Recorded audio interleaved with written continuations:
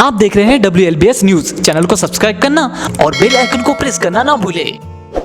मध्य प्रदेश में एक अलग राजनीति चल और ये राजनीति आपको कहीं ना कहीं देश के राष्ट्रीय स्तर पर भी देखने को मिलती होगी।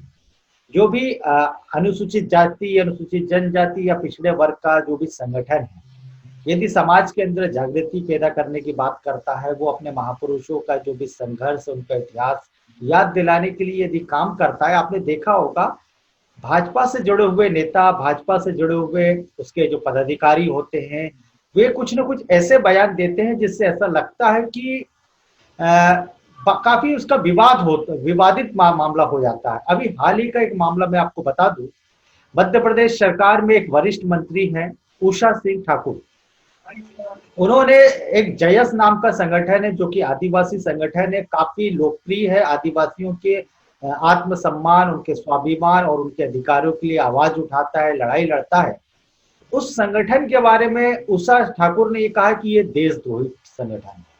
हालांकि उन्होंने माफी मांग लिया है, लेकिन माफी मांगने की जरूरत क्यों पड़ी? क्या कारण है कि एक इतने बड़े संवैधानिक पद पर रहते हुए बिना सोचे समझे इस प्रकार का बयान देना?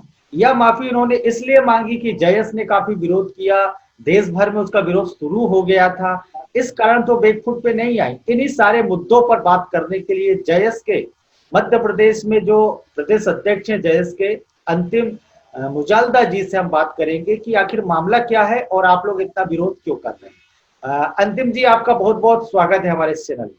मध्य प्रदेश के मध्य प्रदेश शासन मंत्री उषा जी ठाकुर, मऊ विधायक ने जो बयान दिए हैं,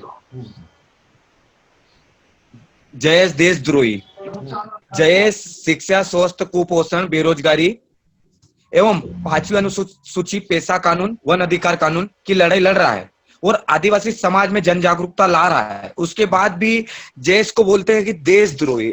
देशद्रोही कहां से? क्योंकि संगठन ने आदिवासी समुदाय एवं आखिरी पंक्ति में हर जाति का, समाज का संगठन के साथ में हर कंधे से कंधे मिलाकर आल समय संगठन के साथ काम करने के बाद भी जयस को देशद्रोही। देशद्रोही तो भाई ऐसी कौन सी जयस ने गतिविधि में भाग लिया जो देशद्रोही कहलाता है? मैडम, देशद्रोही तो आप हो जो संगठन के साथ देशद्रोही जैसे शब्द यूज किए, क्योंकि जयस ऐसी कोई सी गतिविधियों में भाग नहीं पाया गया है और ऐसा कुछ कार्य किया गया नहीं है।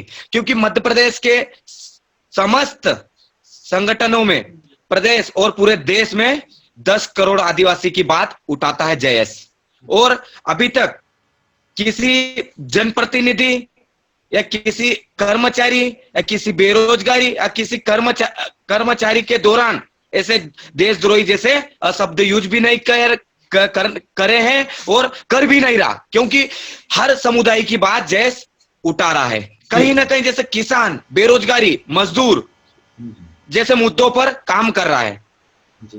अंतिम जी, मैं आपसे ये बोलना चाहता हूं कि आपको मेरे ख्याल से सफाई देने की जरूरत नहीं है कि जयस कौन सा संगठन है। हम आपकी गतिविधियों पर नजर रखते हैं और मध्य प्रदेश से जितने भी लोग हैं, मध्य प्रदेश के नागरिकों जानते हैं कि जयस की गतिविधियां कहीं ना कहीं आदिवासियों के सम्मान, स्वाभिमान और उनके अधिकारों को जागरूक करने की आवाज आप लोग उठाते हैं। हम दावे के साथ कह सकते हैं कि आप लोग जैसा देशभक्त संगठन मेरे ख्याल से बहुत ही कम है। यह बात मैं चैनल के माध्यम से कह रहा हूं, क्योंकि मैंने देखा कि आप लोग आदिवासियों के अंदर में जो भी उनकी संस्कृति है, परंपरा है, उसकी बात करते हैं और उनके अधिकारों की बात करते हैं। मैं आपसे ये बताना चाह रहा हूं कि कहीं उषा ठाकुर जी को ये तो नहीं लग रहा है कि आप लोग आरएसएस की विचारधारा, आरएसएस के साथ में काम नहीं कर रहे हैं, इसलिए उन्होंने देशद्रोही कह दिया? जयस हमेशा आखिरी पंक्ति समुदाय की बात करता है, शिक्षा, स्वास्थ्य, बेरोजगारी की बात करता है। इस सरकार, शिवराज सरकार एवं उनके मंत्री को पिछले विधानसभा चुनाव में पता हुआ है कि जयस कहीं ना कहीं अपनी भूमिका निभाता है और करता है और डंके की चोट पर काम करके दिखाता है। क्योंकि मध्य प्रदेश सरकार सबसे ज्यादा ट्राइबल सीटों से, जो 47 सीटों में ट्राइबल की सीटों से उनको नुकसान पहुंचा है, कहीं ना कहीं उनको नुकसान बीजेपी सरकार को पहुंचा है और जयेश को भटकाने की लहर पर ले जाना चाहता है। पर जयेश हमेशा अपनी आवाज को दबने भी नहीं देगा और दबाने भी नहीं देगा, क्योंकि कहीं ना कहीं सरकार चाहती है कि हमारे अंदर में रहकर काम करे। पर जयेश क्यों काम करे? क्योंकि जयेश तो अपनी संस्कृति, अपनी भाषा, अपनी परंपरा की बात करता है और अपने अधिकार की बात करता है। नहीं, मैं आपसे ये बोल रहा हूँ, उषा ठाकुर जी ये तो नहीं कहना चाहती कि आप लोग आरएसएस के साथ जुड़ के काम करो?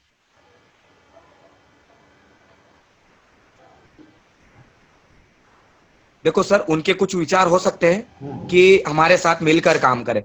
भाई जयेश को क्या अच्छा लगेगा और क्या नहीं, खुद स्वतंत्र है भाई। उनको उनके अधिकार की बात करेंगे तो उनके साथ मिलकर काम करेंगे। बीजेपी मध्य प्रदेश शासन और केंद्र शासन ने अभी तक 5वीं अनुसूची की बात क्यों नहीं करते? वन अधिकार की बात क्यों नहीं करते? किसानों की बात क्यों नहीं करते?